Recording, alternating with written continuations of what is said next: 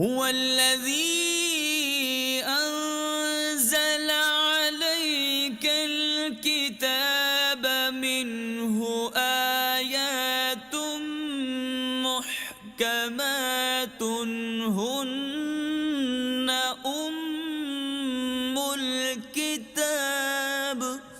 وہی ہے جس نے تم پر یہ کتاب اتاری، اس کی کچھ آیتیں صاف معنی رکھتی ہیں، وہ کتاب کی اصل ہیں۔ الحمدللہ رب العالمین والصلاة والسلام علی سید الانبیاء والمرسلین، اما بعد فاعوذ باللہ من الشیطان الرجیم، بسم اللہ الرحمن الرحیم۔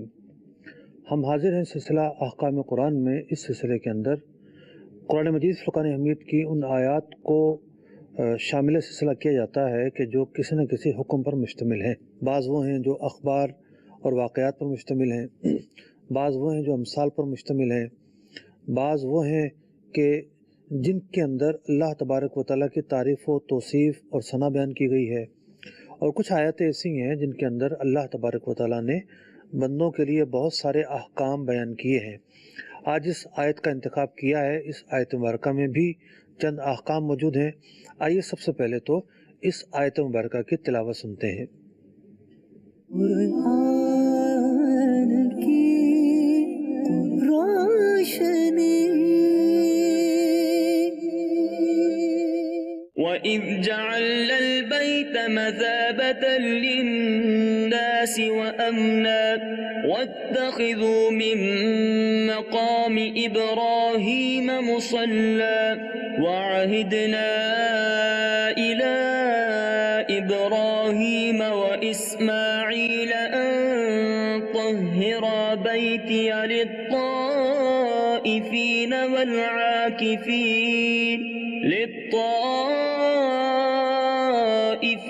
والعاكفين والركع السجود۔ اور یاد کرو جب ہم نے اس گھر کو لوگوں کے لیے مرجع اور امان بنایا، اور ابراہیم کے کھڑے ہونے کی جگہ کو نماز کا مقام بناؤ، اور ہم نے تاکید فرمائی ابراہیم و اسماعیل کو کہ میرا گھر خوب ستھرا کرو، طواف والوں اور اعتکاف والوں اور رکوع و سجود والوں کے لیے۔ مذکورہ آیت مبارکہ کے 3 حصے ہم نے کیے ہیں، یعنی 3 مرکزی مضامین اس آیت مبارکہ میں بیان کیے گئے ہیں۔ پہلے جو ہے خانہ کعبہ کے تعلق سے گفتگو کی گئی ہے، حرم کے حکم کو بیان کیا گیا ہے۔ دوسرے حصے میں مقام ابراہیم کو جائے نماز بنانے کا حکم موجود ہے۔ تیسرے حصے میں مسجد بیت الحرام کو کے جو احکام ہیں، وہاں طواف کرنا، وہاں اعتکاف کرنا، وہاں نماز پڑھنا، اس کو بھی بیان کیا گیا ہے، اور ساتھ ہی ساتھ اصل بیان یہ کیا گیا ہے تیسرے حصے میں کہ مسجد حرام شریف کو صاف رکھا جائے تاکہ طواف کرنے والے آسانی سے طواف کر سکیں، اعتکاف کرنے والے اعتکاف کر سکیں، نمازیں پڑھنے والے خشوع اور خضوع کے ساتھ نمازیں پڑھ سکیں۔ پہلے حصے کے جو مضامین ہیں، آئیے دیکھتے ہیں پہلے حصے میں ہم کن نکات پر گفتگو کریں گے۔ قرآن کی روشنی۔ آیت مبارکہ کے پہلے حصے کے ضمن میں زیر بحث لائے جانے والے نکات۔ نمبر 1، کعبہ شریف کے مشابہ ہونے سے کیا مراد ہے؟ نمبر 2، حرم مکہ مکرمہ کے امن والا ہونے سے کیا مراد ہے؟ یہ لفظ مشابہ نہیں ہے، مصابہ ہے، سے غلطی سے جو ہے وہ اس کا تلفظ شین پڑا گیا۔ لفظ مصابہ، خانہ کعبہ جو ہے اللہ تبارک و تعالیٰ نے اس کے متعلق ارشاد فرمایا، اذ جعلنا البیت مثابۃ للناس، کہ اللہ تبارک و تعالیٰ نے خانہ کعبہ کو مثابہ قرار دیا ہے، وامنا، اور امن کی جگہ۔ مثابہ کہتے ہیں ایسی جگہ کو کہ جہاں پر لوٹنا پڑے، یعنی رجوع کرنا پڑے، بار بار جہاں لوٹا جائے اس جگہ کو مثابہ کہتے ہیں۔ اللہ تبارک و تعالیٰ نے یہاں پر در حقیقت بیت اللہ شریف کے فضائل کو بیان کیا ہے کہ بیت اللہ جو ہے، خانہ کعبہ جو ہے، ایسی جگہ ہے جہاں بار بار پلٹا جاتا ہے، متوجہ ہوا جاتا ہے، رجوع کیا جاتا ہے۔ اس کا ایک حال تو ہم نماز میں دیکھتے ہیں کہ ہم جب بھی نماز پڑھتے ہیں خانہ کعبہ کی طرف رخ کرتے ہیں، خانہ کعبہ کی طرف متوجہ ہوتے ہیں اور خانہ کعبہ کو اپنا قبلہ بنا کر نماز پڑھتے ہیں۔ دوسرا جو توجہ کا معاملہ ہے وہ اس تعلق سے درپیش آتا ہے کہ جو شخص بھی ایک مرتبہ بیت اللہ شریف کی زیارت کر آ جائے، بار بار اس کا دل جو ہے وہ اس جگہ پر دوبارہ جانے کو کرتا ہے، اور جو نہیں گیا وہ تو بہرحال کر ہی رہا ہوتا ہے، اور اس کی تڑپ ایک اعتبار سے جو زیارت کر کے آ چکا ہے اس سے زیادہ ہوتی ہے۔ تو یوں اس اعتبار سے کعبہ شریف جو ہے اللہ تبارک و تعالیٰ نے اسے مثابہ قرار دیا، یعنی ایسی جگہ جہاں انسان بار بار رجوع کرتا ہے، بار بار اس کی طرف متوجہ ہوتا ہے اور بار بار یہ چاہتا ہے کہ میں وہیں رہوں۔ تو یقینی طور پر ہمارے جو رخ ہیں فزیکلی نماز میں کعبہ شریف کی طرف متوجہ ہوتے ہیں، ہمارے جو جسم ہیں فزیکلی وہاں جا کر حاضری دیتے ہیں، اور ہمارے جو خیالات ہیں، ہماری جو توجہ ہے، ہماری جو دل کی جو گمان ہیں اور دل کے جو جذبات ہیں بلا شبہ خانہ کعبہ کی طرف متوجہ ہوتے رہتے ہیں۔ تو خانہ کعبہ کی ایک عظمت ہے کہ دل اس کی طرف ہمیشہ متوجہ رہتے ہیں۔ اللہ تبارک و تعالیٰ نے ایک تو اس حصے میں یہ بیان فرمایا، دوسری بات یہ بیان فرمائی وَأَمْنَا، ہم نے اس جگہ کو امن کی جگہ قرار دیا ہے، نہ صرف خانہ کعبہ کو، نہ صرف مسجد الحرام شریف کو، بلکہ مسجد الحرام شریف کے گرد جتنا بھی وہ حصہ ہے جس کو حرم کہا جاتا ہے، یعنی مسجد الحرام شریف کے گرد کئی کلومیٹر کا علاقہ بن جاتا ہے، کسی طرف سے کم ہے، کسی طرف سے زیادہ ہے، مسجد عائشہ شریف کی طرف سے کم ہے، بقیہ حصوں کی طرف سے زیادہ ہے۔ تو جو حرم ہے اس حرم کے احکام کو بھی اس حصے میں گویا کہ بیان کیا گیا ہے، اور یہ قرار دے دیا گیا کہ بیت اللہ جو ہے اللہ تبارک و تعالیٰ نے اس کو امن کی جگہ قرار دیا ہے۔ امن کی جگہ قرار دیے جانے سے مراد یہ ہے کہ یہاں پر قتل و غارت نہیں ہو سکتی۔ قتل و غارت دیگر جگہوں پر بھی جو ہے وہ جائز نہیں ہے، یہاں بدرجہ اولا جائز نہیں ہے۔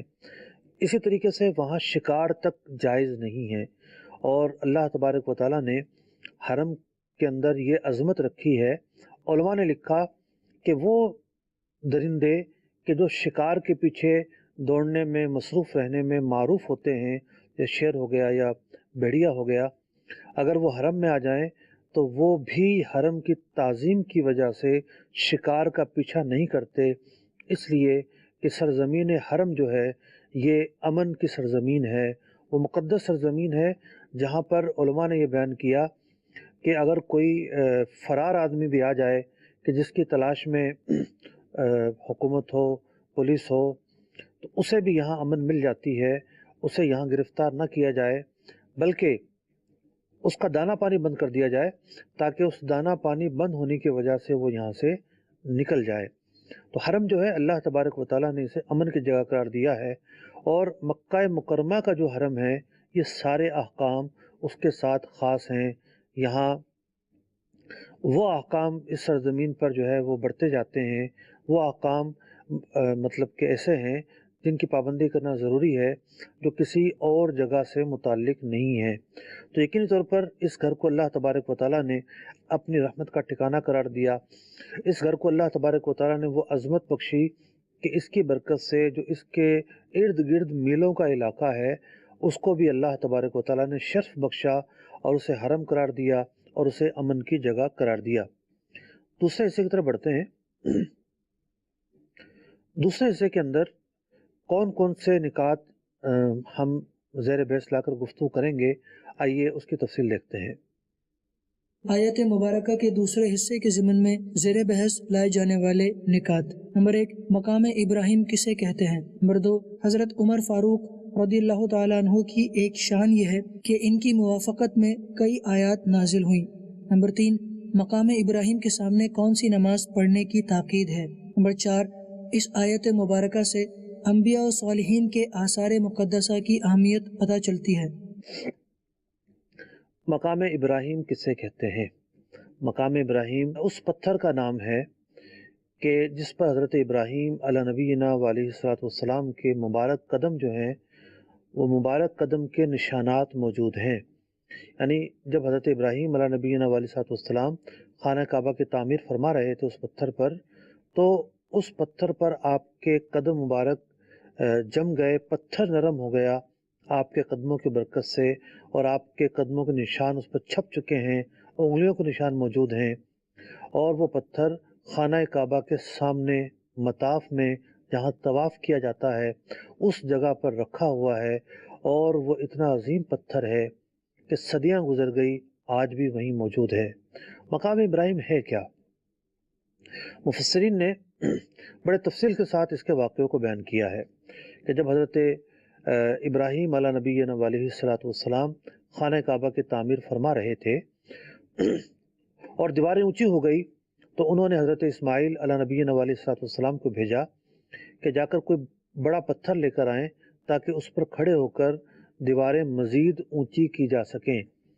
حضرت سیدنا اسماعیل علی نبینا علیہ الصلوۃ والسلام جبل ابی قبیس پہاڑ کی طرف جاتے ہیں، راستے میں حضرت جبریل امین مل جاتے ہیں اور یہ عرض کرتے ہیں کہ حضرت آدم علی نبینا علیہ الصلوۃ والسلام کے ساتھ جنت سے 2 پتھر نازل ہوئے تھے۔ حضرت سیدنا ادریس علی نبینا علیہ الصلوۃ والسلام نے ان 2 پتھروں کو طوفان نوح کے نقصان سے بچانے کی غرض سے جبل ابی قبیس پر دفن کر دیا ہے۔ حضرت جبریل امین ان 2 پتھروں کو نکال کر دیتے ہیں، فرماتے ہیں جو چھوٹا پتھر ہے یہ خانہ کعبہ میں نصب ہوگا، اور جو بڑا پتھر ہے یہ حضرت ابراہیم علیہ السلام اس پر کھڑے ہو کر خانہ کعبہ کی تعمیر فرمائیں۔ یوں حضرت جبریل امین سے 2 پتھر لے کر حضرت سیدنا اسماعیل علی نبینا و علیہ الصلوۃ والسلام تشریف لے آتے ہیں اور اپنے والد ماجد سے عرض گزار ہوتے ہیں کہ اس طرح حضرت جبریل امین نے پیغام دیا ہے۔ چنانچہ ایک پتھر خانہ کعبہ میں نصب کر دیا جاتا ہے۔ اس وقت یہ پتھر سفید ہوتا ہے، اجلا ہوتا ہے، اور یہ پتھر کالا نہیں تھا، اجلا پتھر تھا، اور اس پتھر سے یعنی حجر اسود سے اتنی روشنی نکلتی ہے کہ جہاں جہاں اس کی روشنی گئی وہ حصہ حرم قرار دے دیا گیا۔ ابھی جس حصے کو ہم زیر بحث لا کر گفتگو کر رہے تھے کہ حرم کیا ہوتا ہے، تو اس حصے کا پس منظر یہ ہے کہ جہاں جہاں تک حجر اسود کی روشنی گئی تو وہ علاقہ جو ہے وہ روشن ہو گیا، منور ہو گیا، اور رفتہ رفتہ حجر اسود جو ہے وہ سیاہ پڑتا چلا گیا، یہاں تک کہ اس پتھر کا جو نام ہے وہ اسود پڑ گیا، یعنی کالا پتھر۔ دوسرا جو پتھر تھا اس پر کھڑے ہو کر حضرت سیدنا ابراہیم خلیل اللہ علیہ نبینا علیہ الصلوۃ والسلام خانہ کعبہ کی تعمیر فرماتے ہیں، اور وہ پتھر گویا کہ لفٹ کا کام کرتا ہے۔ جب جب آپ اس پتھر پر مطلب کہ چڑھتے، دیواریں بلند ہوتی جاتی ہیں تو پتھر بھی زمین سے بلند ہوتا جاتا، مزید بلند ہوتا جاتا، یہاں تک کہ جتنا آپ نے چاہا پتھر اتنا بلند ہوتا گیا بغیر کسی سہارے کے، اور اس نے لفٹ کا کام دیا۔ اس پر آپ علیہ السلام نے خانہ کعبہ کی تعمیر فرمائی، اس پر مطلب کہ چڑھ کر اس پتھر کو اس اعزاز سے بخشا گیا اور اس اکرام سے بخشا گیا کہ اس میں حضرت ابراہیم علیہ نبینا علیہ السلام کے مبارک قدم جو ہے اس کے نشان چھپ گئے، اور وہ پتھر نرم ہوا اور آپ کے قدموں کے نشانوں کو بھی لیا، اور جو قدم مبارک ہے اس کے جسامت اس کے اندر پوری چھپ گئی۔ مفسرین نے 3 موقع بیان کیے ہیں کہ 3 موقع پر آپ نے اس پتھر کو استعمال کیا۔ ایک مرتبہ آپ کسی کام سے گھر آئے تھے اور اس پتھر پر پاؤں رکھا تھا، اس موقع پر آپ نے یہ پتھر استعمال کیا۔ دوسرا خانہ کعبہ کی تعمیر کرتے ہوئے یہ پتھر استعمال کیا۔ تیسری مرتبہ آپ نے اس وقت استعمال کیا کہ جب آپ اس پتھر پر چڑھ کے جبل ابی قبیس پر کھڑے ہوئے اور اللہ تبارک و تعالیٰ کے حکم سے لوگوں کو خانہ کعبہ کے لیے بلایا، یعنی خانہ کعبہ کے طواف کے لیے بلایا۔ اللہ تبارک و تعالیٰ کی طرف سے یہ ایک اعلان تھا جو کرنے کا کہا گیا تھا، آپ نے اعلان کیا۔ جو شخص زندہ تھا، دنیا کے کسی بھی حصے پر مقیم تھا، اس شخص نے جو ہے یہ اعلان سنا، اور یہ اعلان ہر جگہ آپ کی آواز گئی، اور جو ماں کے پیٹ میں تھا اس نے بھی یہ اعلان سنا، جو عالم ارواح میں تھا اس نے بھی اعلان سنا، اور جس نے لبیک کہا اس اعلان پر اسے بیت اللہ کی حاضری ضرور نصیب ہوگی۔ عہد رسالت مآب صلی اللہ علیہ وسلم آتا ہے، حضرت عمر فاروق رضی اللہ تعالیٰ عنہ پیارے آقا علیہ الصلوۃ والسلام کی بارگاہ میں عرض گزار ہوتے ہیں، یا رسول اللہ صلی اللہ علیہ وسلم، خلاصہ عرض کر رہا ہوں، یہ پتھر یہاں موجود ہے، اتنا عظیم پتھر ہے، کیوں نہ اس پتھر کو ہم جائے نماز بنا لیں، کہ اس کے پیچھے کھڑے ہو کر اس طرح نماز پڑھیں کہ خانہ کعبہ اور ہمارے درمیان یہ پتھر موجود رہے۔ نبی اکرم علیہ الصلوۃ والسلام نے ارشاد فرمایا، مجھے ایسا کرنے کا حکم نہیں دیا گیا۔ ابھی مغرب نہیں ہوئی تھی، یعنی غروب نہیں ہوا تھا کہ یہ آیت مبارکہ نازل ہو جاتی ہے جو آج ہم نے سلسلے میں شامل کی ہے۔ اللہ تبارک و تعالی ارشاد فرماتا ہے، وَاتَّخِذُوا مِن مَّقَامِ إِبْرَاهِيمَ مُصَلًّى، اور مقام ابراہیم کو جائے نماز بنا لو۔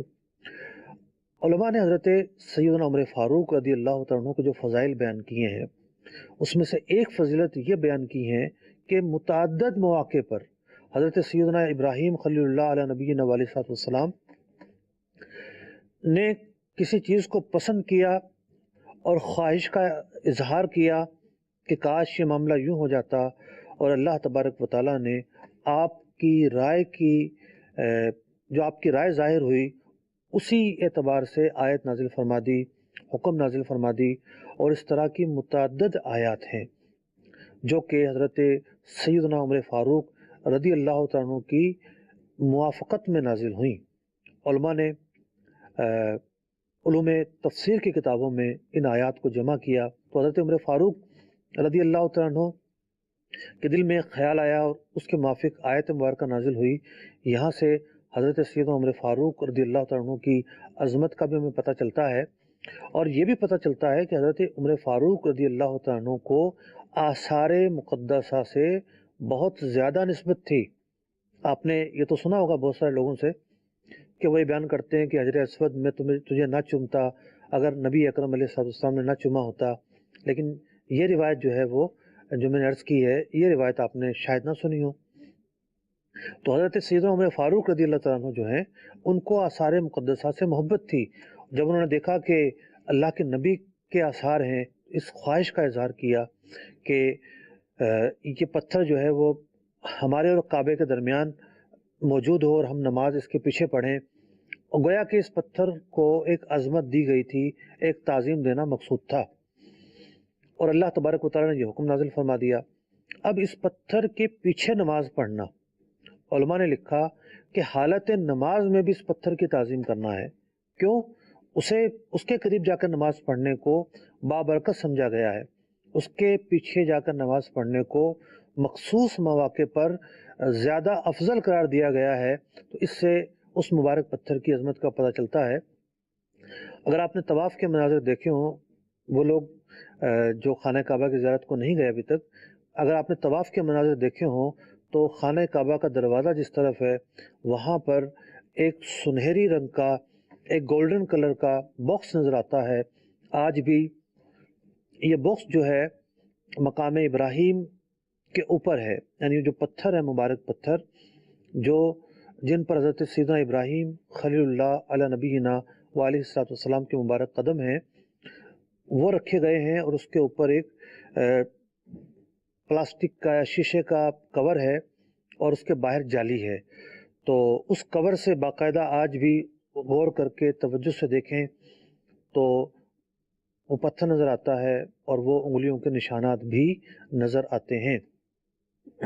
یہ تو تھی مقام ابراہیم کی تاریخ اور پس منظر کہ یہ آیت مبارکہ جو ہے کس موقع پر نازل ہوئی۔ یہاں سے ہمیں ایک اور بات پتہ چلتی ہے، وہ بات یہ ہے کہ جو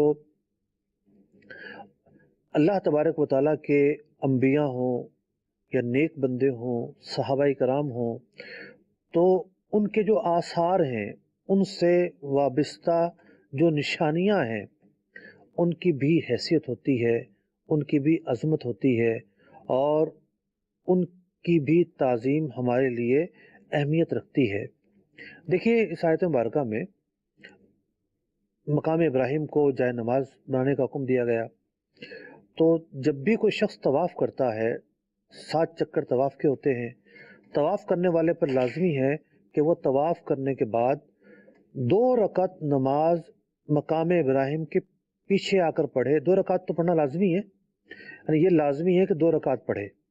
اب 2 رکعت نماز پڑھنا اس پر واجب ہو گیا، اور افضل یہ ہے، تاکید اس بات کی ہے کہ وہ جو نماز ہے وہ مقام ابراہیم کے پاس پڑھے. تو طواف کی نماز مقام ابراہیم کے پاس پڑھنا، اس کو علماء نے افضل لکھا ہے. لیکن طواف کی جو نماز ہے وہ اگر مقام ابراہیم پر رش ہو یا کسی وجہ سے نہ پڑھ سکتا ہو تو مسجد الحرام شریف میں کہیں بھی پڑھی جا سکتی ہے.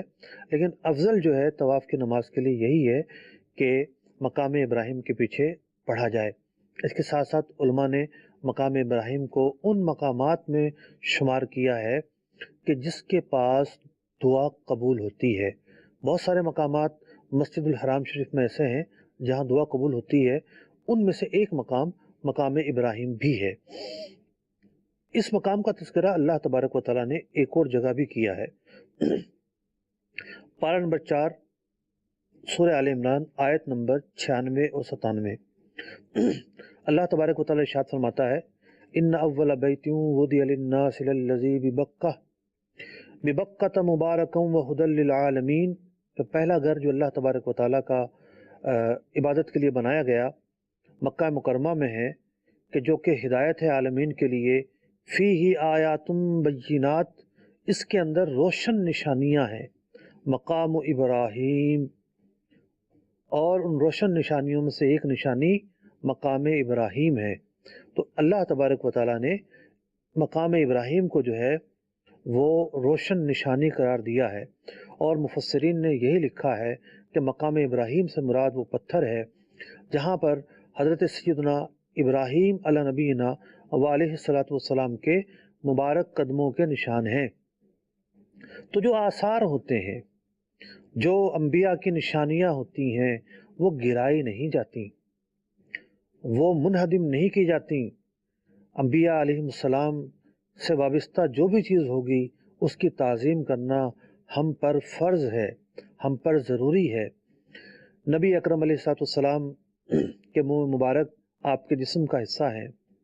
آپ کا لباس مبارک اس کو شرف حاصل ہوا کہ اس نے آپ علیہ السلام کے جسد اقدس کو چھوا ہے. نبی اکرم علیہ السلام سے منسوب دیگر چیزیں، ان سب کی تعظیم کرنا نبی اکرم علیہ السلام ہی کی تعظیم ہے.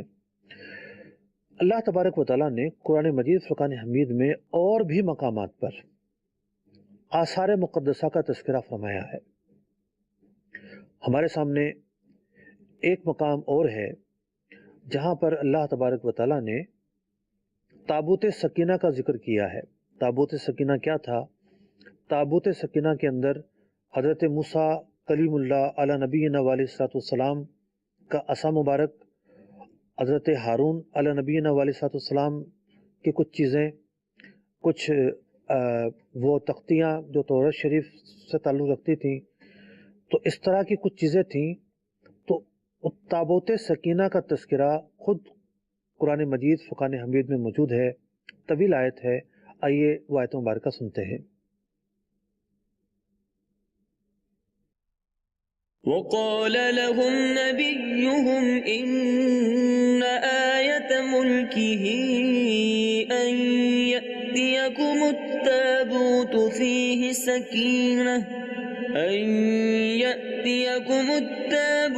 فيه سكينة من ربكم وبقية مما ترك آل موسى وآل هارون تحمله الملائكة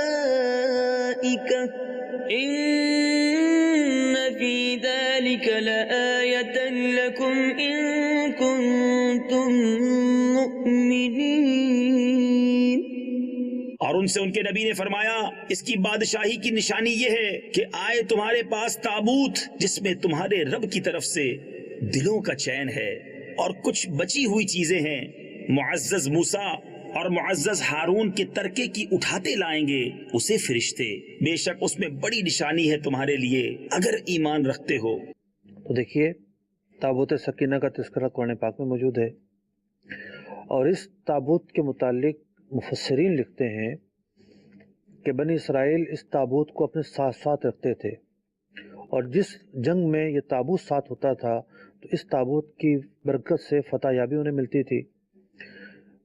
تو آثار مقدسہ جو ہیں ایک بہت طویل چیپٹر ہے اور ایک پورا تفصیلی باب ہے، اور اگر احادیث مبارکہ کی طرف نظر کی جائے تو خود نبی اکرم علیہ الصلوۃ والسلام نے ہمیں آثار مقدسہ کی اہمیت کی تلقین کی ہے اپنے عمل کے ذریعے۔ نبی اکرم علیہ الصلوۃ والسلام جب حجۃ الوداع کے موقع پر آپ نے حلق فرمایا تو اپنے بال مبارک جو ہے وہ تقسیم فرمائے۔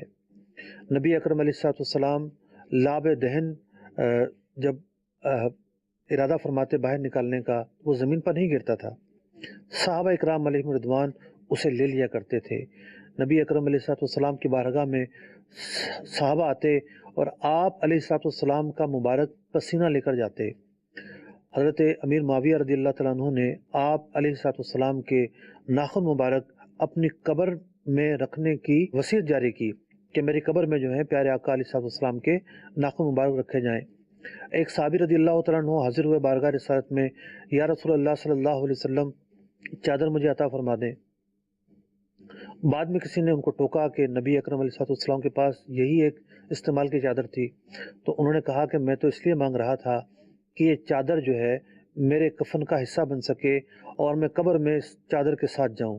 تو آثار مبارک جو ہیں نبی اکرم علیہ الصلوۃ والسلام سے منسوب جو آثار ہیں، یقینی طور پر ان کی تعظیم کی جائے گی، اور ان کی تعظیم کرنے کی ایک اہمیت ہے۔ ان کی تعظیم کرنا نبی اکرم علیہ الصلوۃ والسلام ہی کی تعظیم ہے۔ ہم دیکھتے ہیں کہ لوگ جو ہے عمرہ کی چھوڑی ہوئی چیزوں پر فخر کرتے ہیں، بادشاہوں کی چھوڑی ہوئی چیزوں کو بچا کر رکھتے ہیں، اور بہت ساری چیزوں کو جو ہے وہ علاقوں کو، خطوں کو، اشیاء کو، قلم کو، کپ کو، نہ جانے کس کس چیز کو بچا کر رکھا جاتا ہے کہ جناب یہ فلاں شخص کی ہے، یہ فلاں شخص کی ہے۔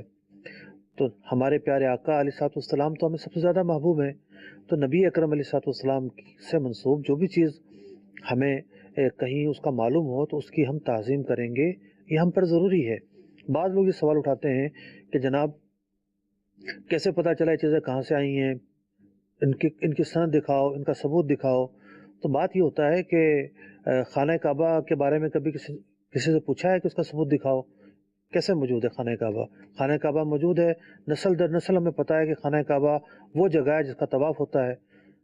تو افواہ رجال اتنے ہیں کہ کوئی بھی آدمی یہ نہیں کہہ سکتا کہ خانہ کعبہ یہ مکہ میں نہیں ہے اور یہ وہ خانہ کعبہ نہیں ہے جس کا تذکرہ ہے حدیثوں کے اندر۔ ایسا کہنے والے کو ہر شخص جھوٹا قرار دے گا۔ تو سینہ بہ سینہ جو چیزیں ہوتی ہیں اس کی اپنی ایک اہمیت ہوتی ہے۔ یہ الگ بات ہے کہ خانہ کعبہ کی جو شہرت ہے یہ متواترہ ہے، اس کی شہرت سے انکار نہیں کیا جا سکتا، لیکن دیگر جو اشیاء کی جو سند ہوتی ہے وہ بھی سینہ بہ سینہ چلی آ رہی ہوتی ہے۔ ہم پر یہ ضروری نہیں کہ ہم اس چیز کی نفی کریں، بلکہ اگر ہمیں کہیں کوئی ایسی چیز پتہ چلتی ہے تو ہمیں چاہیے کہ ہم ادب اور تکریم کا تقاضا اپنے سامنے رکھتے ہوئے اس کی تعظیم کریں۔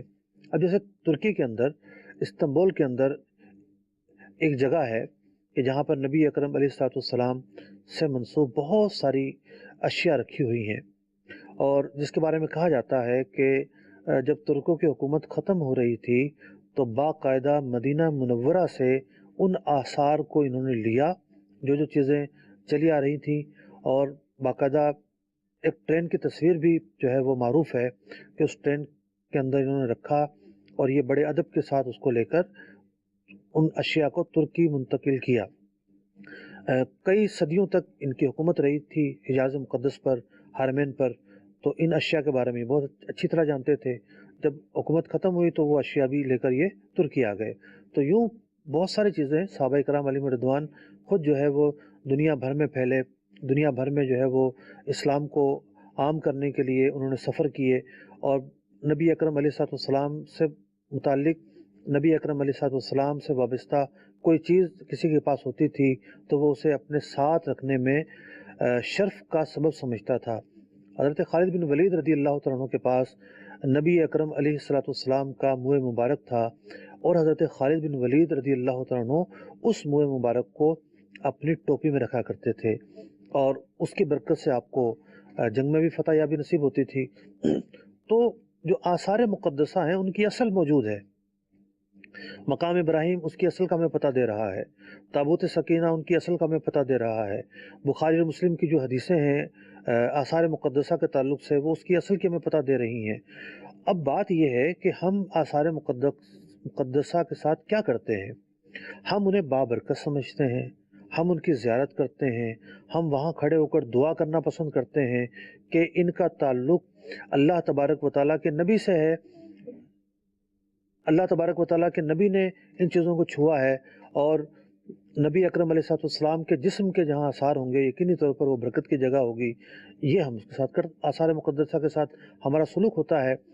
ایسا نہیں کہ جناب آثار مقدسہ کو ہم نے پوجنا شروع کر دیا ہے یا اس کی عبادت کرنا شروع کر دی ہے، کوئی مسلمان ایسا تصور نہیں کر سکتا۔ تو اعتدال ہونا چاہیے، یہ نہیں کہ جناب ہم اس سے محبت کر رہے ہیں، اسے دیکھنا پسند کرتے ہیں اور یہ کوشش کرتے ہیں کہ اس کی زیارت ہم کریں، اپنی آنکھوں کو ٹھنڈا کریں، اس کے پاس کھڑے ہو کر دعا کریں، لیکن جو ہے وہ نہ جانے اس کو کیا قرار دیا جاتا ہے۔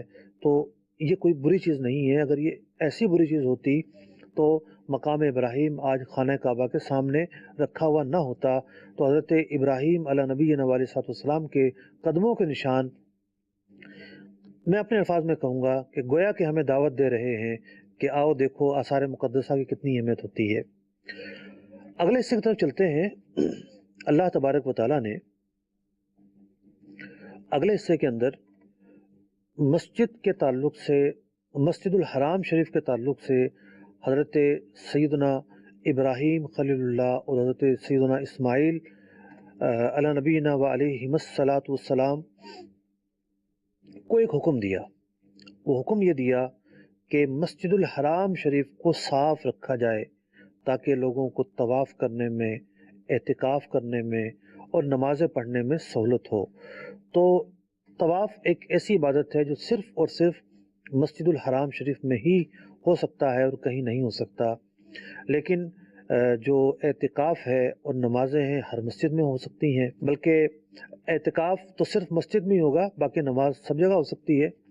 تو اس آیت مبارکہ سے ہمیں جہاں پر مسجد الحرام شریف کو صاف رکھنے کا پتہ چل رہا ہے، وہیں پر ہمیں اس بات کی خبر مل رہی ہے کہ اللہ تبارک و تعالیٰ کی جہاں عبادت کی جاتی ہے، جو جگہ مساجد ہوتی ہیں، ان کی صفائی ستھرائی کی پوری ایک اہمیت ہے۔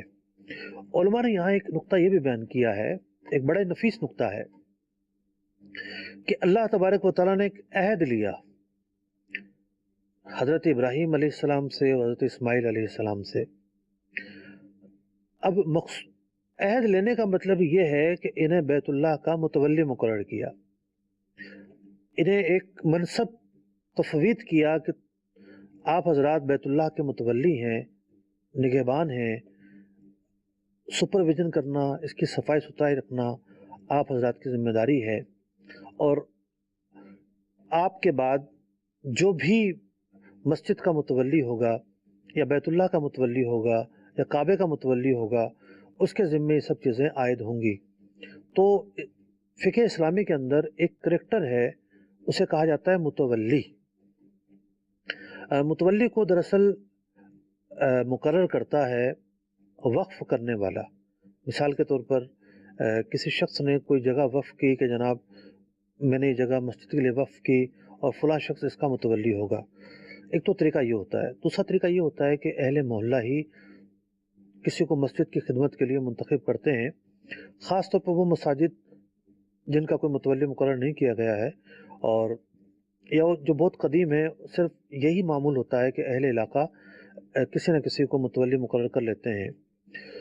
متولی کی بھی علماء نے شرائط لکھی ہیں کہ متولی کو نیک اور پرہیزگار ہونا چاہیے، اسے امین ہونا چاہیے، تاکہ وہ مسجد سے متعلق جو ضروری حقوق ہیں ان کا خیال رکھ سکے۔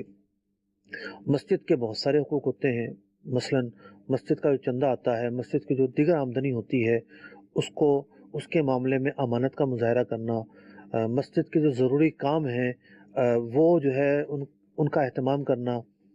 ہمارے آج کے دور کے اندر ہم اگر ان کاموں کی تفصیل میں جانا چاہیں تو مسجد کے دروازے وقت پر بند ہونا، وقت پر کھلنا، مسجد کے اندر جو ہے وہ نماز پڑھانے والوں کا اہتمام کرنا، ایسے افراد کو نماز پڑھانے کے لیے مقرر کرنا جو نماز پڑھانے کی شرائط پر پورا اترتے ہوں۔ بعض اوقات یہ ہوتا ہے کہ جی یہ میرے فلاں کا بیٹا ہے، میرے فلاں کا بیٹا ہے، یہ مصلی پہ کھڑا ہوگا، اس کی قراتیں درست نہ ہو، وہ نماز کے مسائل نہ جانتا ہو، وہ اس کی نماز جو ہے بار بار فاسد ہو جایا کرتی ہو مسائل نہ جاننے کی وجہ سے، تو یہ وجہ ترجیح نہیں ہوتی۔ تو اس کے ذمے مسجد پورا ایک ادارہ ہوتا ہے، تو جس طرح دیگر اداروں کو چلانے کے لیے مینیجر ہوتے ہیں، سپروائزر ہوتے ہیں، اسی طریقے سے مسجد کو چلانے کے لیے ایک کریکٹر ہے جس کا نام ہے متولی۔ ہمارے ہاں مسیح کا صدر بھی کہہ دیتے ہیں، اور بھی بہت سارے نام ہیں۔ تو خیر صدر اگرچہ کہ جدا گانا پس منظر ہے، لیکن مسجد کے جو کام ہے وہ میں عرض کر رہا ہوں کہ متولی کے ذمہ یہ کام ہوتے ہیں کہ وہ مسجد کے جو لوازمات ہیں ان کو پورا کرنے کی بھرپور کوشش کرے۔ تو اس آیت مبارکہ میں مسجد کو صاف ستھرا رکھنے کا بھی حکم دیا گیا ہے۔ مسجد کے تعلق سے ویسے تو بہت سارے فضائل ہیں۔ ایک رسالہ میرا زیر تصنیف ہے الاربعین فی امارۃ المساجد والخادمین، کہ مسجد بنانے اور خدمت کرنے والوں کے فضائل، اس سے کچھ مواد میں عرض کر رہا ہوں۔ نبی اکرم علیہ السلام نے مسجد کی صفائی ستھرائی کے کیا فضائل بیان فرمائے ہیں۔ حضرت ابو سعید رضی اللہ تعالیٰ عنہ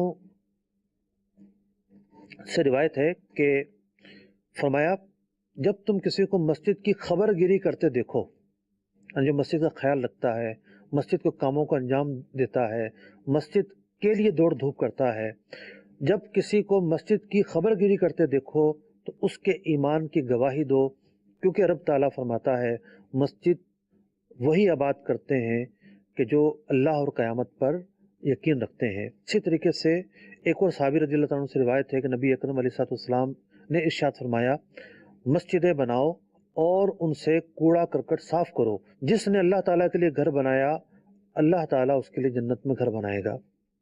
بخاری شریف کی ایک روایت ہے کہ حضرت ابو ہریرہ رضی اللہ عنہ ارشاد فرماتے ہیں کہ ایک حبشی مرد یا ایک حبشی عورت مسجد میں جھاڑو دیتی تھی، اس کا انتقال ہو گیا۔ نبی اکرم علیہ السلام نے دریافت کیا تو صحابہ اکرام علیہم رضوان نے فرمایا کہ اس کا تو انتقال ہو گیا ہے۔ پیارے آقا علیہ السلام نے ارشاد فرمایا تم نے مجھے بتایا نہیں اس کا انتقال ہو گیا ہے، مجھے اس کی قبر کا پتہ بتاؤ۔ پیارے آقا علیہ السلام اس کی قبر پر پہنچے اور قبر پر جا کر اس کی جنازہ پڑھی۔ تو علماء نے لکھا کہ یا تو یہ نبی اکرم علیہ السلام کی خصوصیت تھی کہ آپ نے جو ہے دوبارہ جنازہ پڑھا، یا اس کی وجہ یہ تھی کہ جنازہ جو ہے وہ ولی کی اجازت کے بغیر اگر پڑھا گیا ہو تو ولی کا یہ حق ہے وہ دوبارہ پڑھے۔ ولی کی اجازت سے اگر جنازہ ہو جائے تو جنازے میں تکرار نہیں ہوتا، جنازہ دوبارہ نہیں پڑھا جاتا۔ لیکن اگر ولی کی اجازت کے بغیر پڑھا گیا تو ولی کا یہ حق ہے کہ وہ جنازے کو دوبارہ پڑھے۔ نبی اکرم علیہ السلام بلا شبہ مسلمانوں کے ولی ہیں۔ جب آپ ظاہری حیات سے متصف تھے تو آپ ہی ولی حقیقی تھے، اس لیے آپ علیہ السلام نے جنازہ پڑھا۔ ایک اور روایت میں ارشاد ہوا، مشکوٰۃ شریف کی روایت ہے، نبی اکرم علیہ السلام نے ارشاد فرمایا مجھ پر میری امت کے اعمال پیش کیے گئے حتیٰ کہ وہ کوڑا جسے آدمی مسجد سے نکال دے۔ تو مسجد کی صفائی ستھرائی اور بھی بہت ساری روایتیں میرے پیش نظر ہیں، لیکن یہ ہے کہ ٹائم مختصر رہ گیا ہے۔ ایک حدیث سنا دیتا ہوں آخر میں، ابن ماجہ نے روایت کی، حضرت عائشہ رضی اللہ تعالیٰ عنہا روایت کرتی ہیں کہ نبی اکرم علیہ السلام نے محلوں میں مسجدیں تعمیر کرنے، انہیں صاف رکھنے اور ان میں خوشبو لگانے کا حکم دیا۔ تو اس آیت مبارکہ کے آخری حصے میں مساجد یعنی مسجد الحرام شریف کو صاف رکھنے کا، صاف ستھرا رکھنے کا حکم دیا گیا، اسے پاک رکھنے کا حکم دیا گیا۔ اگرچہ کہ مفسرین نے یہ فرمایا کہ یہاں ایک مراد تو یہ ہے کہ بتوں سے پاک کیا جائے، لیکن دوسری مراد یہ بھی ہے کہ ہر طرح کے کوڑے کرکٹ سے مساجد کو، نہ صرف مسجد الحرام شریف کو بلکہ تمام مساجد کو صاف کیا جائے۔ اور نبی اکرم علیہ السلام کی احادیث طیبہ میں مساجد کی صفائی ستھرائی کے تعلق سے جو باتیں بیان کی گئیں، چند روایتیں میں نے آپ حضرات کے سامنے بیان کی۔ اللہ تبارک و تعالیٰ عمل کی توفیق عطا فرمائے اور ہمیں بھی مسجدیں بنانے، مسجدوں کی خدمت کرنے، مسجدوں کی توسیع کرنے، مسجدوں کی مرمت کرنے، مسجدوں سے محبت رکھنے اور مسجدیں آباد رکھنے کی توفیق عطا فرمائے۔